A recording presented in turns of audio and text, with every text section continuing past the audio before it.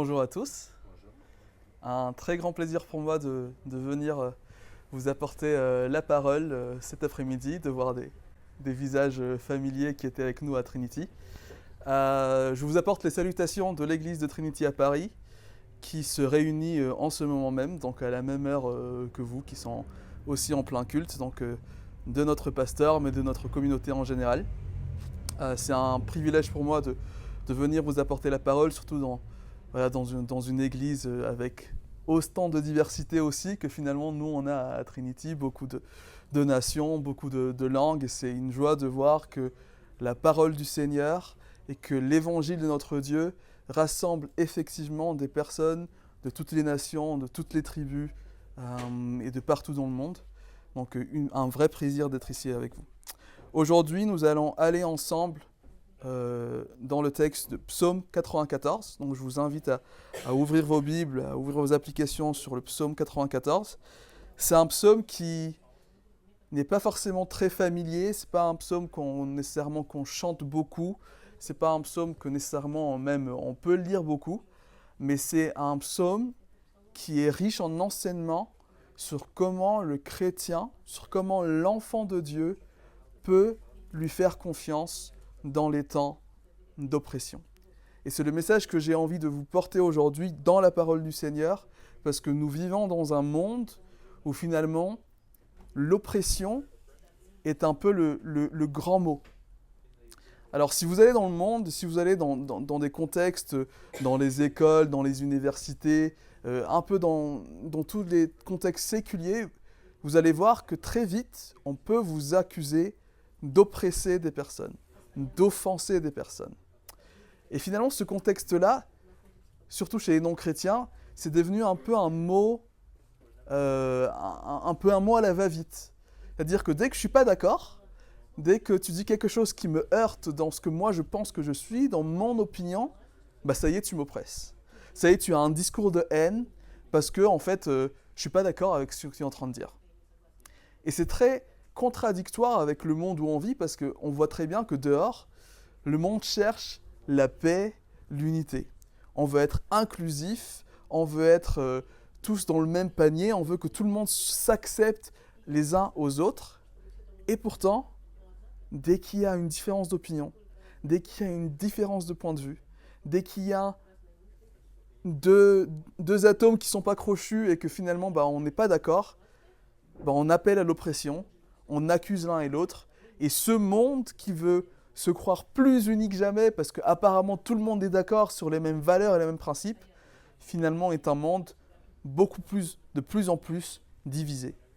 Un monde qui ne tient pas, un monde qui ne peut pas s'accorder, même entre eux, même les personnes qui ne sont pas chrétiens, même les personnes qui ne connaissent pas Jésus, qui n'ont pas ce socle en commun, ils ne sont pas unis pour autant.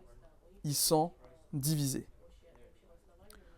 Et nous, dans tout ça, chrétiens, nous, dans tout ça, on arrive avec notre évangile.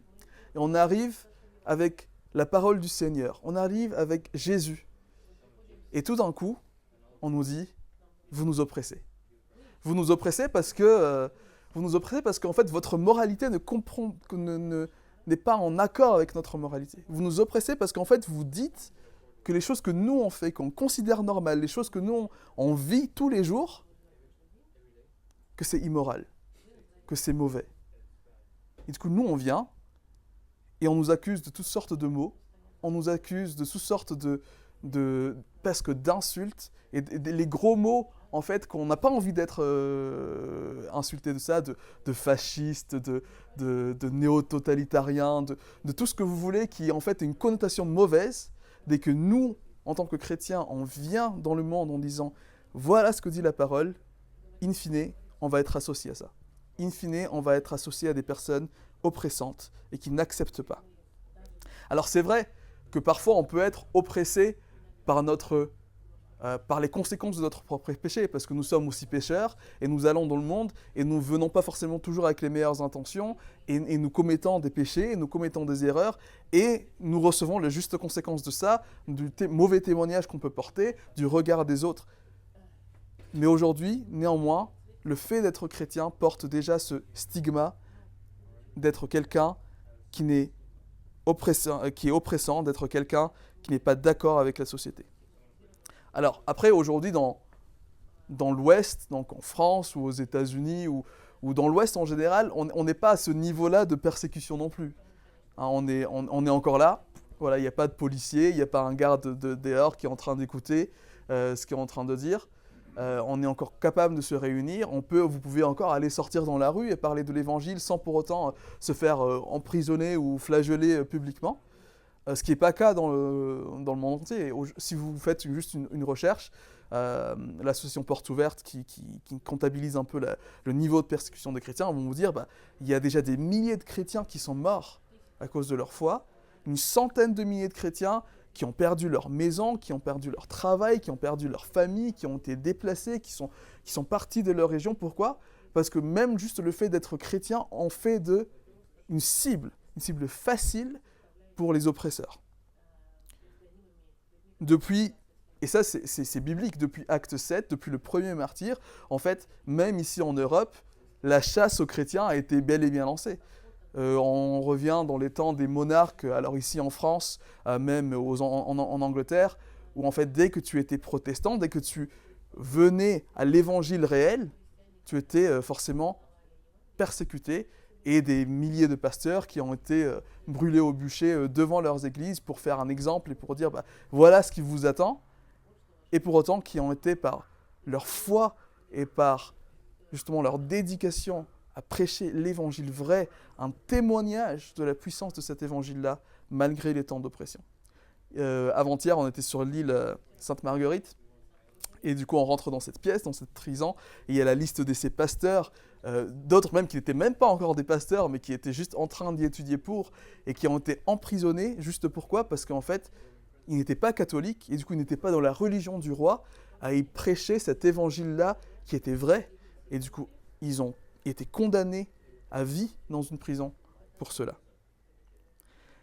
Et c'est un peu glauque comme façon d'amener ce message, de dire ok, c'est très négatif, c'est la persécution, c'est l'oppression.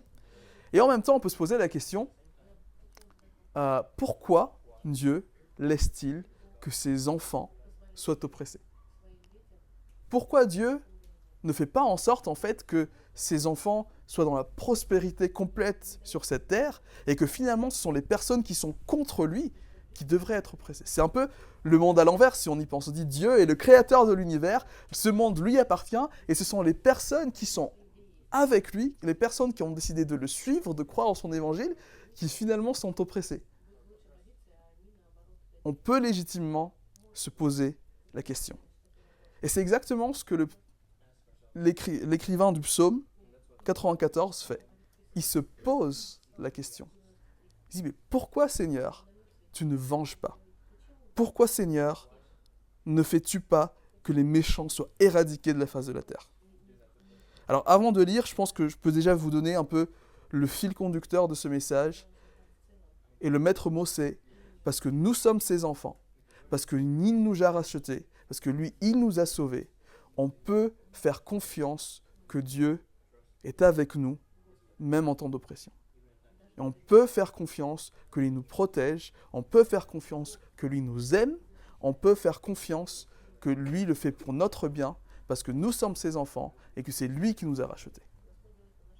Alors lisons ensemble le psaume 94.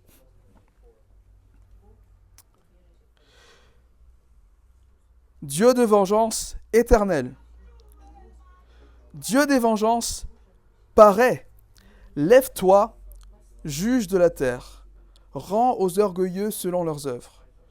Jusqu'à quand les méchants, ô Éternel, jusqu'à quand les méchants triompheront-ils ? Ils discourent, ils parlent avec arrogance, tous ceux qui font le mal se glorifient. Éternel, ils écrasent ton peuple, ils oppriment ton héritage. Ils égorgent la veuve et l'étranger, ils assassinent les orphelins, et ils disent « L'Éternel ne regarde pas. Le Dieu de Jacob ne fait pas attention. » Prenez-y garde, hommes stupides, insensés. Quand serez-vous sages ? Celui qui a planté l'oreille n'entendrait-il pas ?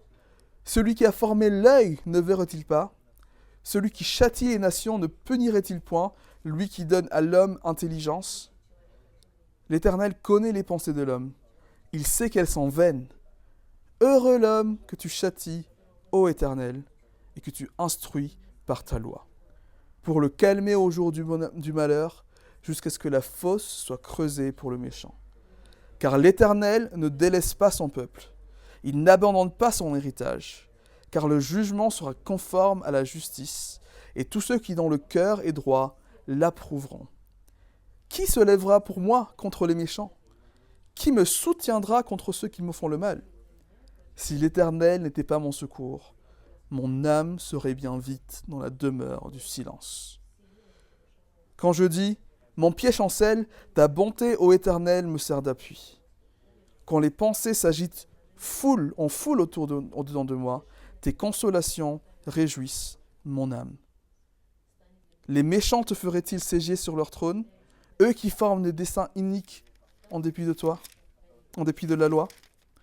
Ils se rassemblent contre la vie du juste, et ils condamnent le sang de l'innocent. Mais l'Éternel est ma retraite. Mon Dieu est le rocher de mon refuge. Il fera retomber sur eux leur iniquité. Il les réduira au silence par leur méchanceté.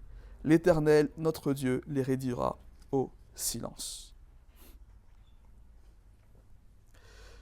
Je pense que ce psaume est un psaume très intéressant. Il est très intéressant parce que, alors, on n'a pas forcément souvent conscience de la division du livre des psaumes, parce qu'il y a certaines divisions, il y a plusieurs livres, c'est comme un hymnaire. Comme nous, aujourd'hui, on a des hymnaires avec des cantiques, et ils parlent de différents sujets. Il y a le salut, il y a adorons le Père, adorons le Fils, le pardon, et le livre des psaumes a ces différentes sections-là. Là, ce psaume-là, il est dans la section numéro 4. Et cette section numéro 4, si on peut la résumer, c'est de dire, on peut faire confiance au Seigneur parce qu'on connaît sa fidélité dans le passé. Dire que la fidélité du Seigneur a été testée et approuvée par toutes ses œuvres, et du coup ces psaumes, ils vont venir rappeler au peuple d'Israël comment le Seigneur les a traités pour qu'eux puissent le faire confiance. Et c'est en grande contradiction avec la section qui était juste avant, qui était plus une section de lamentation, de pourquoi Seigneur, c'est malheureux, j'ai besoin de toi. Et là, on est plus, ok, il y a l'oppression, ok, c'est mal, ok, on souffre. Mais le Seigneur a été fidèle et il le restera fidèle. On voit dans ce psaume qu'il y a un certain spectre d'émotions qui est dans le psaume. Parce qu'il y a des mots très forts. Il dit insensé, stupide, arrogant. Ce sont des mots très péjoratifs. Et pourtant, vers la fin, il parle de le Seigneur est mon rocher, le Seigneur est mon refuge, je me réjouis dans le Seigneur. Et ça, ce sont des mots très positifs. Donc, si on voit déjà le fil du psaume, on voit que son émotion change au fil du psaume. Et qu'en fait, ce psaume-là, c'est pas juste un cantique, un peu d'adoration qu'on peut nous chanter à l'église et on y va et on tape des mains et merci Seigneur, tu es bon. C'est vraiment très dramatique et c'est très émotionnel où il va venir déverser devant le Seigneur tout ce qu'il a dans le cœur, tout ce qu'il a dans l'âme, tous ses questionnements pour que le Seigneur puisse transformer son cœur et qu'il arrive à cette conclusion, le Seigneur est mon rocher et tout va bien parce qu'il est pour moi. Et le Seigneur est mon rocher, il est mon refuge. Et donc c'est déjà une bonne application pour nous, même si on n'a pas encore réellement été dans le texte, de voir comme enfants de Dieu, comme ceux qu'il a rachetés, comme ceux qui croyons que par le sang de Christ, comme on a chanté tout à l'heure, nous avons été sauvés, nous avons été pardonnés, on a cet accès-là au Père d'aller déposer nos fardeaux et de lui dire, en toute révérence, mais en toute honnêteté, qu'est-ce qu'il y a dans nos cœurs. Quand on ne comprend pas ce qui se passe autour de nous, quand les calamités sont autour de nous, quand nous sommes attaqués, quand nous perdons des êtres proches, quand nous voyons des êtres proches se faire torturer, manipuler, même parfois se faire tuer par des gens qui sont impies, on peut venir devant Dieu et dire « Seigneur, je ne comprends pas, je suis triste, je suis malheureux, je suis anxieux, je suis énervé. » Et en même temps, nous pouvons aussi venir devant lui et confesser que nous n'avons pas le contrôle de toute la situation, qu'il est bon. Et c'est dans cette honnêteté-là, dans notre vie devant Dieu, que s'opère cette transformation dans nos cœurs, d'aller venir lui faire confiance. Si on est toujours là en train de dire tout va bien, et que même dans nos prières, on peut avoir cette attitude de dire tout va bien, et que dans nos cœurs, on sait très bien que tout ne va pas bien, et que dans nos cœurs, on sait qu'on est triste, et qu'on n'est pas vraiment content, et qu'on ne le confesse pas devant le Seigneur, il ne pourra jamais vraiment transformer nos cœurs. Arriver à ce stade-là, de se réjouir réellement, pas en façade, pas juste je suis à l'église, réjouissons-nous dans le Seigneur, mais vraiment dans le cœur, d'avoir cette assurance et ce calme de dire le Seigneur est mon berger, je ne manquerai de rien, parce que lui, il me tient. Une très bonne application déjà à prendre pour nous. Mais pour en revenir au psaume aujourd'hui, je pense qu'on peut le diviser en 3. Et c'est exactement cette progression-là. Première partie, on peut voir le psalmiste appelle à la vengeance. Les premiers versets de 1 à 7 nous montrent qu'il appelle à la vengeance. La deuxième partie, il avertit les méchants. Et en troisième partie, il trouve refuge en l'Éternel. Donc, premièrement, il appelle à la vengeance parce qu'il voit qu'il y a des choses qui se passent qui ne sont vraiment pas bien. 2, il avertit les méchants parce qu'ils disent « Vous êtes méchants, vous faites ce que vous voulez, mais il y a un Dieu qui règne, et ce Dieu qui règne ne veut pas vous laisser impunis. » Et en troisièmement, il dit « Et moi, en tant qu'homme de Dieu, et moi, en tant que croyant, et moi, en tant que partie du peuple de Dieu, je peux faire confiance en l'Éternel. Je peux faire confiance en mon Dieu. » Alors si on y va, versets 1 à 7, un appel à la vengeance. Et il dit, Dieu de vengeance éternelle, Dieu de vengeance paraît. C'est un peu, je ne sais pas si ça vous fait penser, un peu à des enfants, quand ils jouent avec leurs frères et sœurs, et ils commencent à chamailler, et finalement il y en a un qui donne un coup un peu plus fort que l'autre, et il y en a un qui dit, papa, il vient de me taper, mais très fort, alors punis-le, punis-le parce que franchement il mérite la punition. Et c'est exactement dans cet énervement-là que le psalmiste il dit Dieu de vengeance, mais parais, mais fais quelque chose. Quand il dit parais, c'est pas juste viens, c'est vraiment montre-toi, montre ton visage, montre qui tu es, un peu comme il a montré sa gloire à Moïse dans le buisson ardent. Et il dit fais quelque chose. Tu es Dieu tout-puissant, et nous on est oppressés. Fais quelque chose. Et je pense que quand on commence à lire un psaume comme ça, et on dit c'est Dieu de vengeance. Alors, je ne sais pas vous, peut-être il n'y a que moi, mais la réaction naturelle est un peu... Parce qu'on ne parle pas souvent de Dieu de vengeance, non. On ne parle pas souvent de Dieu qui... Même quand on saute des psaumes, on chante Dieu rédempteur, on chante Dieu saint, on chante Dieu amour, mais Dieu de vengeance, c'est un peu compliqué.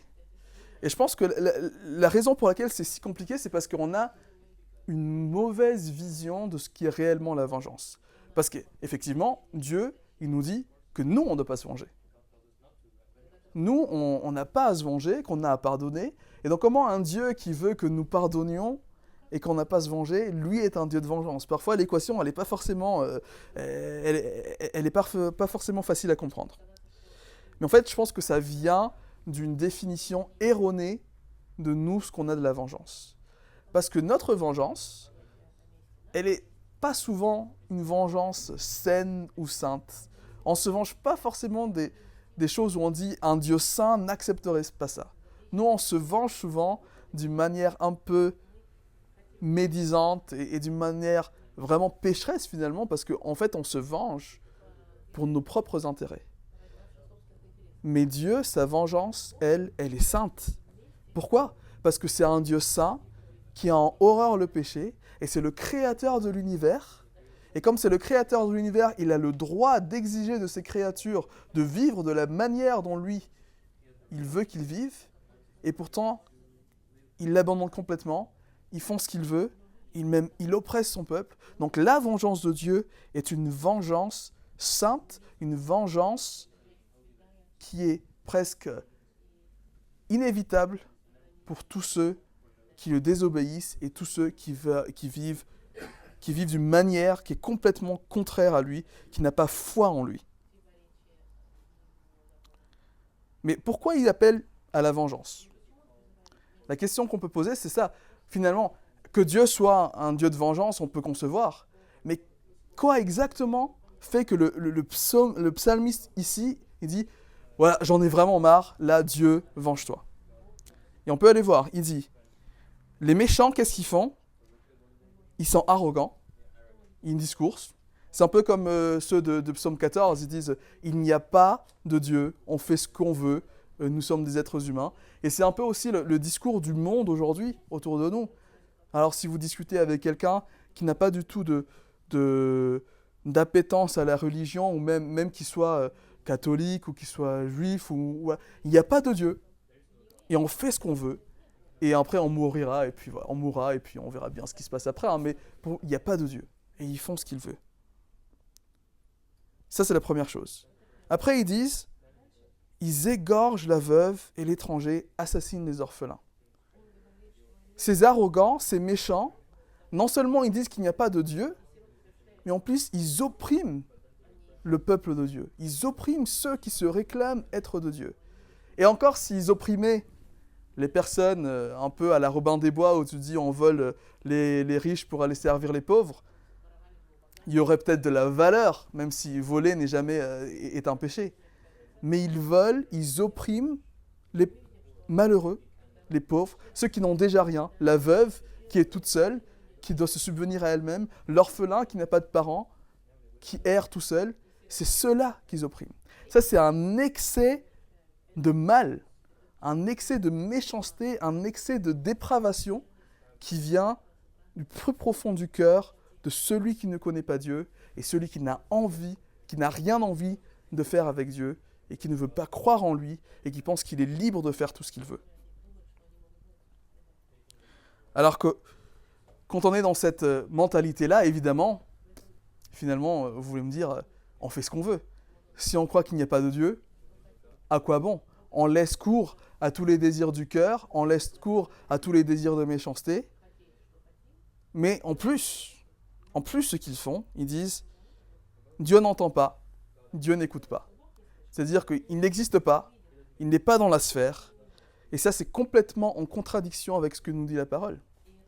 Parce que nous, on croit, et la parole nous dit que Dieu est un Dieu souverain, que Dieu est un Dieu qui contrôle la vie de ce monde, et que Dieu est là, et qu'il est bien présent. Et il voit, et il entend tout ce qui s'y passe, il voit, et il entend tout le malheur qui s'y passe, parce qu'il est un Dieu souverain. Si vous voulez, vous pouvez tourner la page au psaume 139, qui n'est pas très loin. Et le psaume 139, il dit quoi? Les versets 1 à 4. Psaume 139, il dit « Éternel, tu me sondes et tu me connais. Tu sais quand je m'assieds et quand je me lève. Tu pénètres de loin ma pensée. Tu sais quand je marche et quand je me couche. Et tu pénètres toutes mes voies. Car la parole n'est pas sur ma langue, que déjà, ô Éternel, tu la connais entièrement. » Donc qu'est-ce que ça nous montre? Qu'en fait, Dieu non seulement il voit et qu'il écoute, mais il ne voit pas de manière juste superficielle de dire le monde tourne, le soleil est autour. Il voit particulièrement dans la vie de tout à chacun, chaque moment, chaque seconde. Il est omniprésent, il est souverain sur chaque action. Donc dire que Dieu n'entend pas et que dire que Dieu ne voit pas est une aberration, un blasphème de la part de ceux qui ne croient pas en lui, parce que Dieu voit, parce que Dieu croit, et parce que Dieu voit et Dieu mène toutes choses dans ses mains, il œuvre toutes choses par sa propre volonté. Alors, je ne sais pas si je ne connais pas la vie de chacun d'entre vous, hein, évidemment, on se connaît à peine, mais je sais qu'on a tous, à un moment donné dans notre vie, à avoir vécu une certaine tristesse, une certaine douleur, une certaine oppression, que ce soit de la part de la famille, que ce soit de la part des amis, que ce soit de la part de même des personnes dans l'église, que ce soit même des personnes dans la rue, qui nous font du mal. Et je ne sais pas pour vous, mais pour moi, cette notion de souveraineté de Dieu et de savoir que Dieu entend de savoir que Dieu voit malgré l'oppression. C'est là où le calme il se trouve. Parce qu'on peut ne pas comprendre pourquoi le Seigneur laisse passer toutes ces choses-là. Mais on peut faire confiance que lui le fait de la bonne manière et que c'est bien pour nous et que ça nous fait grandir. Et on peut lui faire confiance que sa souveraineté est pour nous et qu'on peut se confier complètement à lui. Ça, ce Dieu de vengeance, c'est un cri du cœur, si vous voulez. C'est un cri du cœur du père de famille qui a été viré de son travail parce qu'il a refusé de mentir pour quelque chose. C'est le cri du cœur de la femme qui a été, divorcée pour sa foi, qui a été reniée. Ça peut être le cri du cœur de l'enfant qui est mis à pied à l'école parce que l'école lui en enseigne une moralité, une nouvelle théorie de genre, une nouvelle théorie de vie, que ses parents ne lui ont pas inculqué. Il est ouvertement contre ça et dire bon maintenant on t'exclut de l'éducation nationale parce que tu n'es pas d'accord. Et dans ces moments-là, c'est là où on va aller crier Dieu de vengeance, mais fais quelque chose, quoi.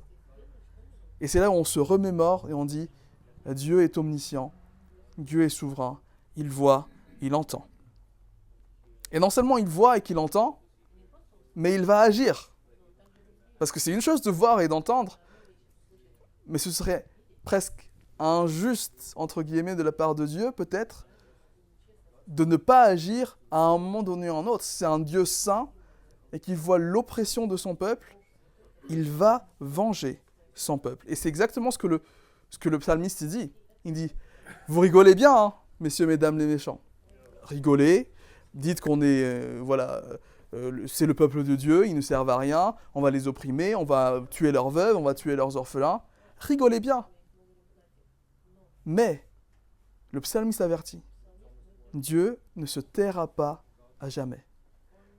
Dieu ne restera pas inerte à jamais.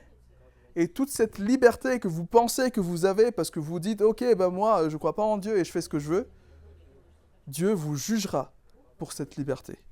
Parce que Dieu, il voit et Dieu, il entend. Et c'est quoi le mot qu'il qualifie ces personnes qui disent que Dieu ne voit pas? Ils disent, vous êtes insensés et vous êtes stupides. C'est-à-dire que, généralement, c'est plutôt l'inverse qu'on entend. On dit, les chrétiens, ils vivent dans un monde, on ne sait pas où ils vivent, mais en tout cas, ils ne sont pas là. Parce qu'ils croient à un Dieu, qui a créé tout le monde, ils croient à un Jésus qui est venu apparemment il y a 2000 ans, mort sur la croix pour leurs péchés. On ne sait pas ce qu'ils croient, mais franchement, ils sont un peu stupides. Ils ne voient pas ce qui se passe dans la science, ils ne croient pas aux théories que nous savons dur comme fer, qu'elles sont vraies, alors que bon, forcément, on peut en débattre. Et souvent, c'est les chrétiens qu'on traite de stupides. Et là, la parole fait l'inverse. Ce sont exactement ces gens qui pensent qu'ils sont intelligents, qui sont stupides parce qu'ils pensent qu'en fait, ils peuvent faire tout ce qu'ils veulent, mais ils ont oublié qu'il y a un Dieu qui a créé toute la terre et qui va venir demander des comptes à chacun d'entre eux. Alors, si vous vous souvenez déjà de ce que je dis en premier lieu, dire ce psaume, cette section du psaume qui dit on va faire confiance à Dieu pour sa fidélité dans le passé. Là, la fidélité sur laquelle le psalmiste il se repose, c'est le pouvoir de création de Dieu. Il dit c'est lui qui a fait les yeux, c'est lui qui a fait les oreilles, c'est lui qui a tout créé. Et donc parce que nous savons que c'est lui qui a tout créé, que nous croyons en lui et que nous le suivons, on peut être sûr de qu'il va se venger. Parce qu'il a cette puissance-là. Un Dieu qui a créé de rien toute la terre, qui nous a façonné, qui nous a mis des oreilles et des yeux dans les plus grands détails, il a la puissance de venger ses enfants. Un Dieu qui a ouvert la mer Rouge en deux pour que le peuple d'Israël y passe. Un Dieu qui a envoyé son Fils unique mourir à la croix et qui l'a ressuscité pour le pardon de nos péchés. C'est un Dieu qui a le pouvoir de jugement. Et si on va vers la fin de notre Bible et qu'on voit ce qui se passe dans l'Apocalypse et comment Dieu déverse sa fureur et qu'il anéantit le mal, on est rassuré que Dieu, effectivement, a ce pouvoir-là d'aller juger et d'aller venger. Il a cette puissance, il a cette autorité. Donc nous, notre consolation dans tout ça, quand on est oppressé, c'est de dire, ben moi je crois au Dieu Tout-Puissant. Et c'est un peu une phrase qu'on dit parfois, pendant les chrétiens, on dit, ouais, Dieu Tout-Puissant, mais oui, Dieu Tout-Puissant. Un Dieu Tout-Puissant qui a tout créé, un Dieu Tout-Puissant qui manipule tout de ses mains, et un Dieu Tout-Puissant qui va venir juger. Et donc pour nous, c'est tout bénef. Nous qui avons été appelés par lui, nous qui sommes appelés à le suivre, nous sommes dans la bonne partie, nous sommes dans le bon camp, parce qu'on est dans le camp du Dieu créateur. Et non seulement on n'est pas juste des servants du Dieu créateur, on est des enfants du Dieu créateur. Il nous a adoptés, il nous aime, il a l'affection pour nous. Et donc nous, on peut être derrière lui et se dire, mon Père va s'occuper de toute cette histoire-là. Et mon Père, c'est qui? C'est celui qui a tout créé et celui qui va pouvoir tout détruire pour tout reconstruire après. Et on peut avoir cette confiance-là.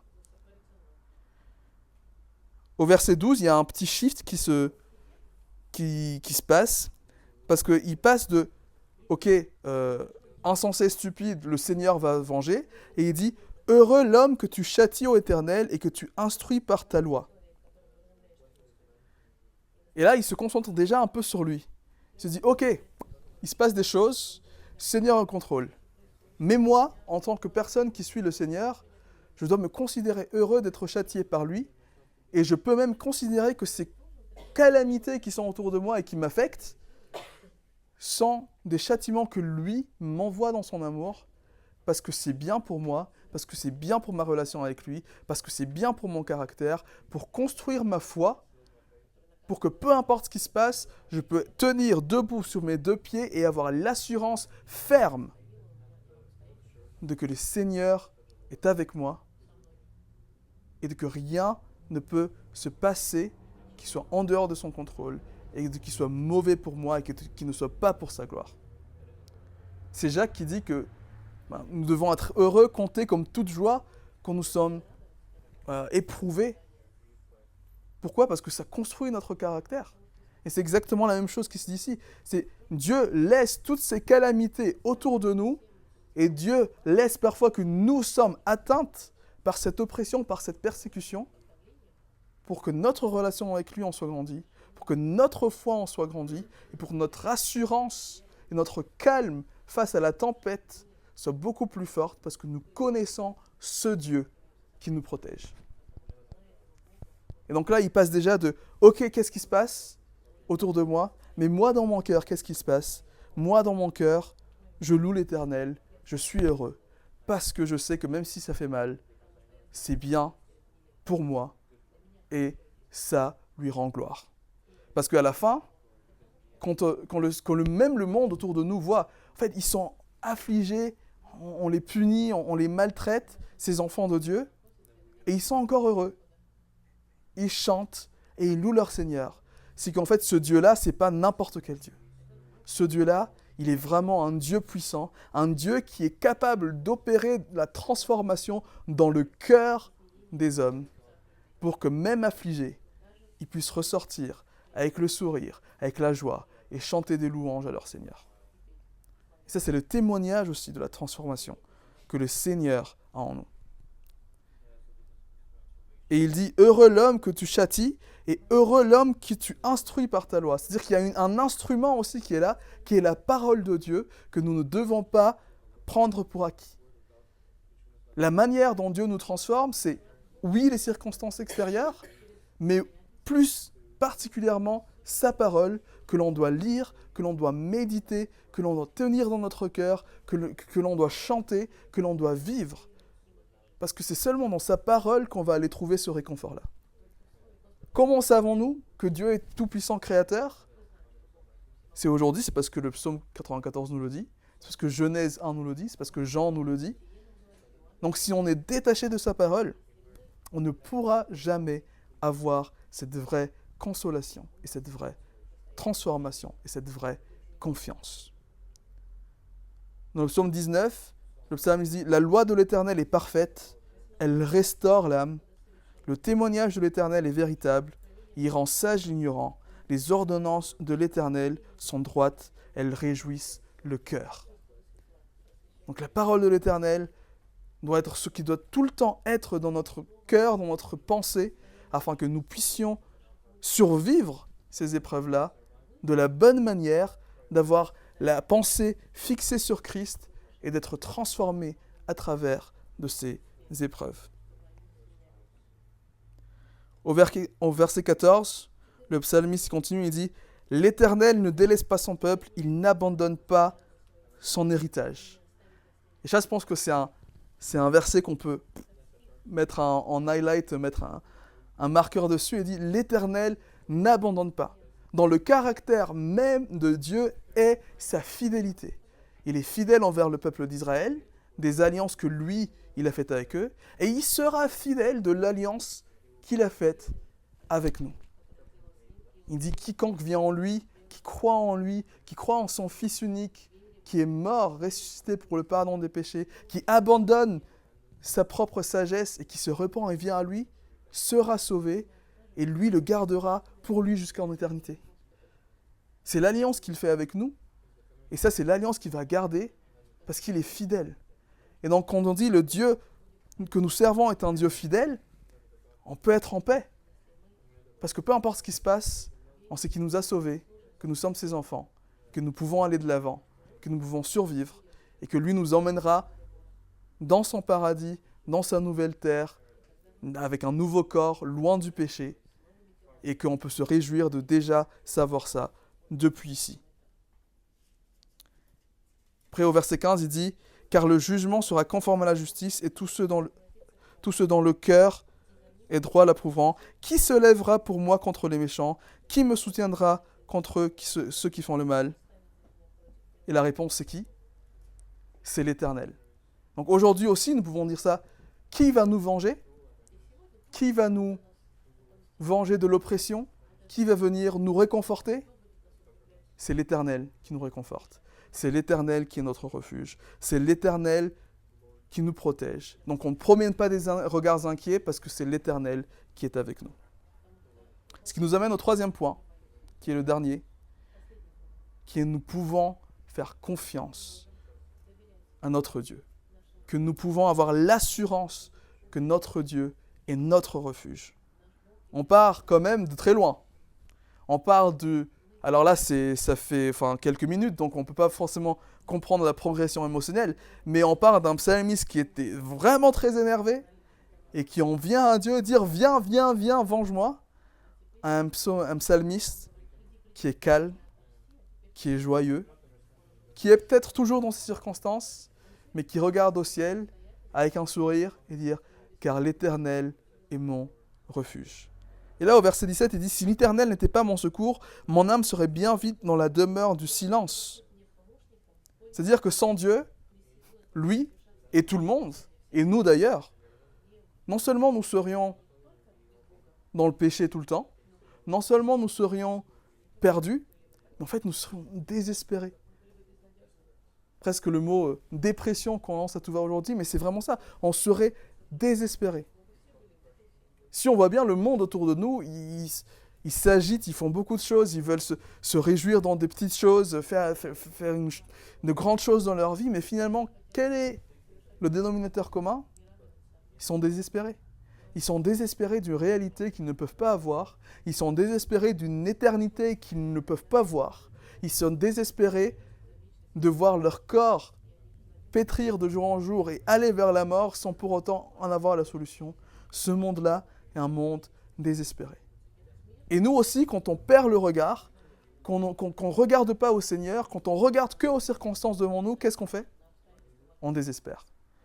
Combien de fois est-ce qu'on a passé peut-être des nuits entières à être anxieux de choses, de dire « Qu'est-ce qui va se passer demain ?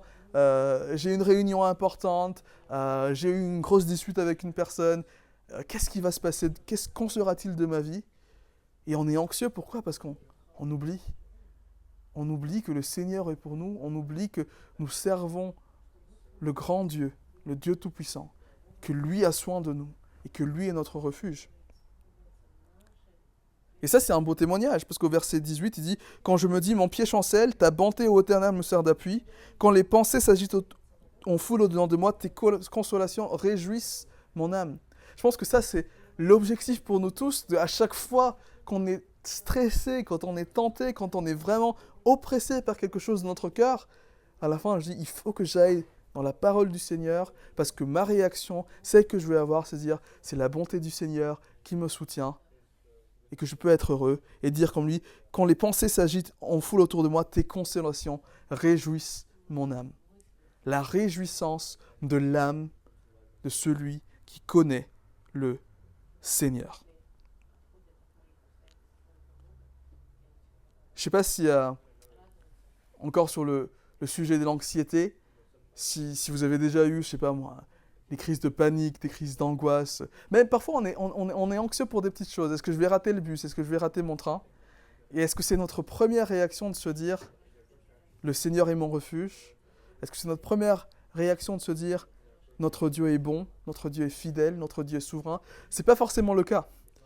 Mais c'est ce à quoi nous devons nous entraîner quotidiennement, de voir que quand nos pensées dévient vers des pensées anxieuses, on peut regarder à lui et dire automatiquement, le Seigneur est bon, sa volonté est bonne, il œuvre pour le bien de ceux qu'il aime, et que pour sa gloire, il laisse ces choses-là passer, et que nous puissions nous réjouir l'âme en lui.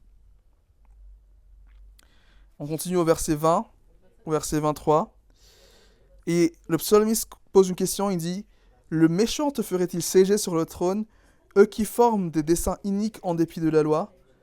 Ils se rassemblent contre la vie du juste et ils condamnent le sang innocent, mais l'Éternel est ma retraite, mon Dieu est le rocher de mon refuge. » Il pose une question intéressante au verset 20, parce qu'ils disent « Est-ce qu'en fait ces méchants-là ont quelque chose à voir avec Dieu ?» Et il pose même la question à Dieu et il dit « Est-ce que toi tu es pour eux ?» Parce que si finalement nous on te suit et que toi tu es pour le méchant, bon bah écoute, à quoi bon hein? On est lésé de toutes parts. Non seulement nous on te suit toi, mais toi tu es pour les méchants, l'équation elle est encore pas valide. Mais évidemment c'est de l'absurde, parce que le psalmiste il sait, et il le réitère, il a dit « Le Seigneur est pour son peuple », et au verset 22, « Mon Dieu est le rocher de mon refuge ». Et il dit « Dieu est pour moi, Dieu est de mon côté, et parce que moi je le connais, je sais qui il est, je sais sa fidélité, je peux avoir confiance en lui. » On peut peut-être lire, si vous voulez tourner vos Bibles, à Romains, l'épître aux Romains au chapitre 8, versets 35 à 39.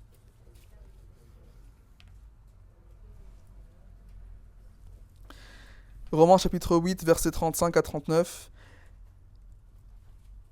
Qui nous séparera de l'amour de Christ? Sera-ce la tribulation ou l'angoisse, ou la persécution ou la faim, ou la nudité, ou le péril, ou l'épée, selon qu'il est écrit, c'est à cause de toi qu'on nous met à mort tous les jours, qu'on nous regarde comme des brebis destinées à la boucherie. Mais dans toutes ces choses, nous sommes plus que vainqueurs par celui qui nous a aimés, car j'ai l'assurance que ni la mort, ni la vie, ni les anges, ni les dominations, ni les choses présentes, ni les choses à venir, ni les puissances, ni la hauteur, ni la profondeur, ni aucune autre créature ne pourra nous séparer de l'amour de Dieu manifesté en Jésus-Christ, notre Seigneur. » Et donc quand on regarde ça, on se dit, plus rien à craindre. Il n'y a rien qui puisse nous séparer de l'amour de celui qui nous a sauvés. Il a donné son Fils. Jésus est venu mourir à notre place et ressusciter pour notre pardon. Il n'y a plus rien qui peut nous atteindre sur cette vie qui nous séparera de ça. Notre plus grand bien, c'est d'appartenir au Seigneur. Notre plus grand bien, c'est d'être ses enfants. Et ça, rien ni personne ne pourra nous l'enlever. Et même pas la mort. Parce qu'en fait, la mort, ce n'est plus qu'une passerelle pour rentrer dans la présence complète de Dieu. Donc même quand notre corps dépérit, et même quand nous voyons qu'en fait, on devient de plus en plus faible, et que nos jours se raccourcissent, on se dit « Merci Seigneur, parce que je vais vers toi. Merci Seigneur, parce que les souffrances vont bientôt se finir. Et merci Seigneur, parce que moi, mon éternité, elle est assurée. Pas par mes propres forces, pas par mes propres moyens, mais par ta grâce, tu m'as assuré une éternité à tes côtés. » Et ça, c'est la réjouissance de l'âme de celui qui a été racheté. Peu importe le mal qui se passe autour, peu importe le péché en nous encore qui est en train de vouloir sortir, ressurgir à chaque moment, peu importe les atteintes, les persécutions, on se dit, mon Seigneur est pour moi, je peux lui faire confiance, même si je ne comprends pas, parce que mon avenir est certain, il est avec mon Seigneur. Donc pour conclure notre message, je pense qu'il est important de rappeler des points importants. Déjà de savoir que la persécution, elle est presque inévitable, d'une manière ou d'une autre. Elle est inévitable, qu'elle soit physique, qu'elle soit psychologique, qu'elle soit sociale, parce que quand on décide de se repentir et quand on décide de vivre une vie qui plaît au Seigneur, c'est une vie qui déplaît au monde autour de nous. C'est une vie, que l'on veuille ou pas, qui reflète la sainteté de Dieu, qui reflète le mal dans le monde et que le mal va vouloir éteindre d'une manière ou d'une autre. Les petites réflexions, les insultes, les petites moqueries, dans la place publique ou dans la place privée, ce sont des choses à laquelle nous devons nous attendre. Mais ce ne sont pas des choses que le Seigneur va laisser impunies à jamais. Parce que le mal, parce que le méchant, parce que l'insensé, celui qui ne croit pas, celui qui pense que Dieu n'existe pas, aura sa punition. À tout jamais. Et nous, ses enfants, nous serons éternellement avec lui. Et on peut se réfugier dans ça, dans la connaissance de notre salut en lui, dans la connaissance de sa puissance, dans la connaissance de sa fidélité. Et d'avoir cette assurance ferme et calme. Un peu comme un rocher qui ne peut pas être tiré par les eaux, un rocher qui est fermement planté. Cette stabilité-là, voilà à laquelle notre vie devrait ressembler, peu importe les courants, parce que nous appartenons au Seigneur. Et un pas de plus que nous devons faire, et je conclue avec ça, c'est que on n'est pas juste à appeler à prier pour la vengeance, parce que ça, on sait que le Seigneur va se venger. Ça, on sait que le Seigneur, il va faire toutes choses bien. Ça, on sait qu'il va détruire le mal. Mais nous devrions encore plier encore plus pour justement le salut de ceux qui oppriment le peuple de Dieu. Nous devrions prier et œuvrer pour que ces mêmes personnes qui nous oppressent arrivent à ce salut qu'ils ne méritent pas et que nous ne méritons pas. Que le Seigneur ouvre leur cœur à travers son évangile pour faire d'eux aussi ses enfants. Parce qu'une fois qu'ils sont les enfants de Dieu, on n'a plus de raison d'avoir cette vengeance-là. Le Seigneur les a pardonnés. Et nous, encore plus, nous devons les pardonner. Parce que nous avons tous été pardonnés. Et notre devoir, justement, quand on a confiance que le Seigneur nous tient jusqu'à la fin, de ne pas avoir peur et d'y aller dans ce monde-là et de dire « Repentez-vous, croyez au Seigneur Jésus-Christ, soyez sauvés, peu importe ce qui s'en passe. » Parce que nous savons que nous appartenons au Seigneur et que le Seigneur peut sauver ces gens-là. Meilleur exemple dans tout ça, c'est l'apôtre Paul. On parlait d'Acte 7 tout à l'heure. L'apôtre Paul, là, en train de persécuter les chrétiens, et que lui a été sauvé. Alors oui, bien nombre, j'imagine, de personnes qui l'ont vu après sa conversion dire « N'est-ce pas Paul qui était en train de persécuter les chrétiens ?» Et en même temps, un témoignage de la puissance de l'Évangile. Que même ceux qui étaient contre Dieu, même ceux qui profanaient le nom de Dieu, même ceux qui oppressaient le peuple de Dieu, si le Seigneur ouvre leur cœur à l'Évangile, ils viendront à lui, ils seront sauvés, ils feront eux-mêmes partie du peuple de Dieu, ils seront aussi persécutés, mais ils n'auront plus cette vengeance. Ils auront le pardon de leurs péchés. Donc ça, c'est notre exhortation. Maintenant que nous avons la confiance de que le Seigneur est bon, que le Seigneur nous tient, de sortir et d'aller partager son évangile, même si on se prend des coups, même si on se prend des baffes, même si on se prend des insultes. Mais s'il y a un seul d'entre ceux qui nous insultent, qui viennent à la connaissance du vrai Dieu et qui se répandent de leurs péchés, voilà la mission à laquelle on est appelé. Et voilà la réjouissance que nous devons avoir. Parce que notre réjouissance, c'est pas juste « je suis content », c'est une réjouissance qui devrait nous pousser à l'obéissance. Et notre mission, c'est d'aller prêcher l'évangile au monde entier. Prions ensemble. Seigneur notre Père, on te remercie de ta parole que nous devons écouter, méditer, prier à travers. Merci pour tout ce que tu nous donnes de riche en enseignement et de savoir que nous pouvons venir vers toi avec toute palette d'émotions, avec nos énervements, nos déceptions, mais aussi être transformés pour nous réjouir en toi. On te remercie de tout ça. On te remercie de nous avoir fait tes enfants, que nous ne méritions rien, que nous avons l'âme morte dans le péché, et que toi tu nous as donné la vie, et que tu nous as justifiés en Christ, et que nous attendons d'être réunis avec toi éternellement. Et on te remercie parce que tout ça c'est ton œuvre. Et on te prie que quand nous soyons persécutés, quand nous avons du mal même à voir le jour parce qu'on a tellement mal des choses que nous a faites, qu'on puisse se réjouir en toi, te faire confiance à tout moment, en toutes choses, et avoir confiance que toi tu nous aimes, et que même cet amour-là nous pousse à aller prêcher l'évangile aux autres. On te prie que tu rassures nos cœurs, on te prie que tu nous enracines dans cette vérité-là, que tu es notre refuge, que tu es notre rocher, et qu'on peut te faire confiance parce que tu es fidèle. Prie tout ça au nom de Jésus. Amen.